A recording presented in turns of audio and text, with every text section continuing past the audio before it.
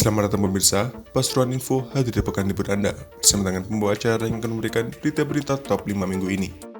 Dari 23 rumah dan 2 gedung di Puro dari rusak diterjang puting beliung hingga Sekdes Pemerintahan dituding kawini istri orang. Inilah berita-berita yang akan kami sajikan.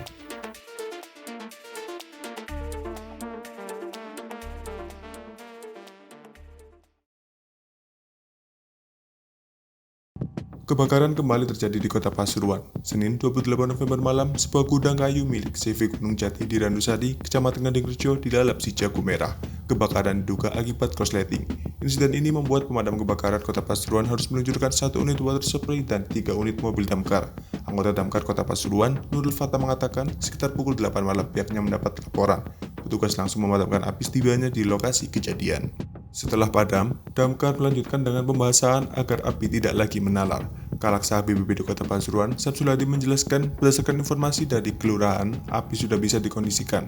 Korsleting listrik membuat percikan api menjalar dan membakar sejumlah kayu. Gudang tersebut luasnya 5 meter persegi, untungnya yang terbakar hanya kayu dan tidak sampai membakar bangunan.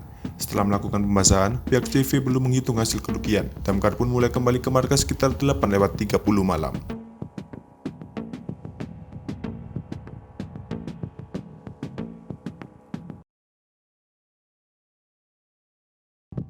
Hujan deras disertai angin mengguyur wilayah Kecamatan Purwodadi, Kabupaten Pasuruan, Selasa 29 November. Puluhan rumah rusak diterjang angin. Informasi yang didapat, puting beliung yang menyebabkan rumah rusak tersebut terjadi di 4 desa, yakni Desa Jatisari, Desa Parirejo, Desa Gajahrejo, dan Desa Purwodadi. Salah satu warga Desa Jatisari, Suwaji mengatakan, di Desa Jatisari ada 2 rumah rusak, yakni rumah warga bernama Yunus dan Solihin. Ia membeberkan peristiwa terjadi sekitar pukul 12:30 siang. Angin dan hujan cukup deras mengguyur desanya, lalu tiba-tiba pohon petai yang terletak di depan rumah Yunus ambruk. Sementara itu, Kapolsek Purwodadi AKP Pujianto membenarkan adanya puluhan rumah yang rusak akibat bencana pada hari itu. Setelah dilakukan pendataan, tercatat ada 23 rumah dan 2 gedung rusak. Di Desa Jatisari terdapat 2 rumah yang rusak, Desa Parirejo terdapat 4 rumah dan 1 gedung rusak, Desa Purwodadi terdapat 14 rumah, Desa Gajahrejo terdapat 3 rumah dan 1 gedung rusak. Pujianto mengatakan, dalam peristiwa ini tidak ada korban jiwa dan untuk kerusakan terjadi rata-rata pada atap rumah.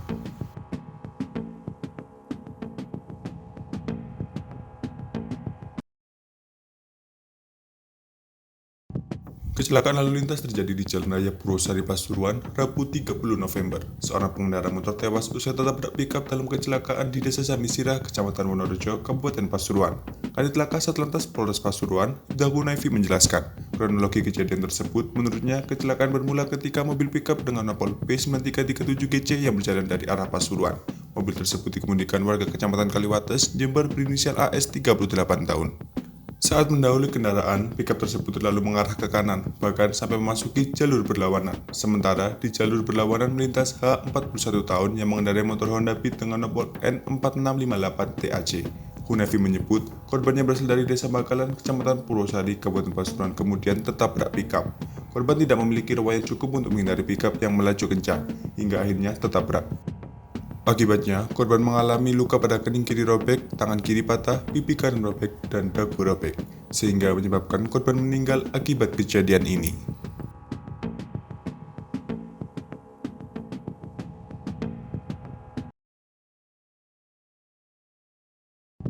Pria diduga maling bonyok setelah diajar massa di sebuah kios pasar Kebun Kota Pasuruan. Pria bernama Faisal, 62 tahun, merupakan warga Kelurahan Kebonsari, Kecamatan Pangurjo, Kota Pasuruan.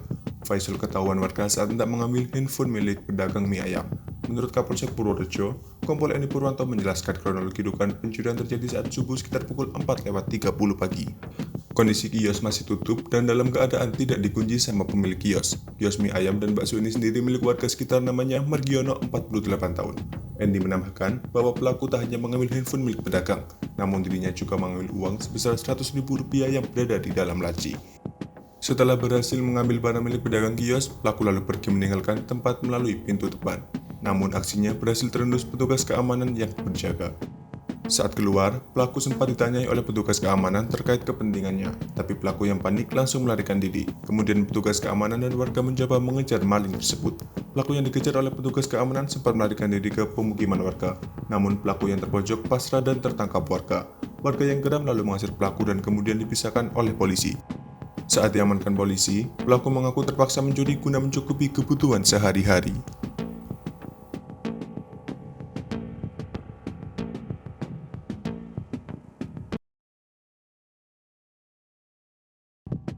Dua spanduk bernada pedas menyudutkan seorang perangkat desa Pelintahan, Kecamatan Pandaan. Isinya menuding sekdes berinisial AW telah menikah siri dengan istri orang. Pemasangnya tidak ketahuan, yang dituduh pun membantah dengan tegas. Spanduk tersebut sudah terpasang di pagar kantor desa Pelintahan sekitar pukul 5.30 pagi. Ukurannya 1x3 meter. Isinya antara lain berbunyi, "Kami menolak sekdes Pelintahan yang menikahi wanita bersuami sah." Juga pecat sekdes Pelintahan yang nikah siri dengan istri orang. Menjelang siang, dua spanduk itu sudah lenyap. Menurut Kades Pelintahan, Dananjaya, pemasangan banner itu tidak terjadi tiba-tiba. Sekitar 1 bulan lalu, tersiar kasakusuk tentang tuduhan terhadap sekdes itu. Ada rekaman suara sang sekdes, AW dengan seorang wanita berdurasi 30 menitan. Sebagai Kades, Danan mengaku sudah tahu isi percakapan itu. Sebagian warga mengatakan pernah mendengar rekaman tersebut. Isinya menyebut-nyebut ada pernikahan siri dia dengan seseorang. Masalahnya, orang itu dikatakan masih punya suami. Kades Danan mengaku sudah melakukan langkah dengan memanggil sekaligus klarifikasi ke AW bersama BPD setempat soal benar atau tidaknya kabar itu dan mempersilahkan bertanya langsung kepada yang bersangkutan. AW menyayangkan pemasangan banner yang menuduh dirinya tanpa dasar itu, lebih-lebih menuntut dirinya dipecat sebagai sekdes.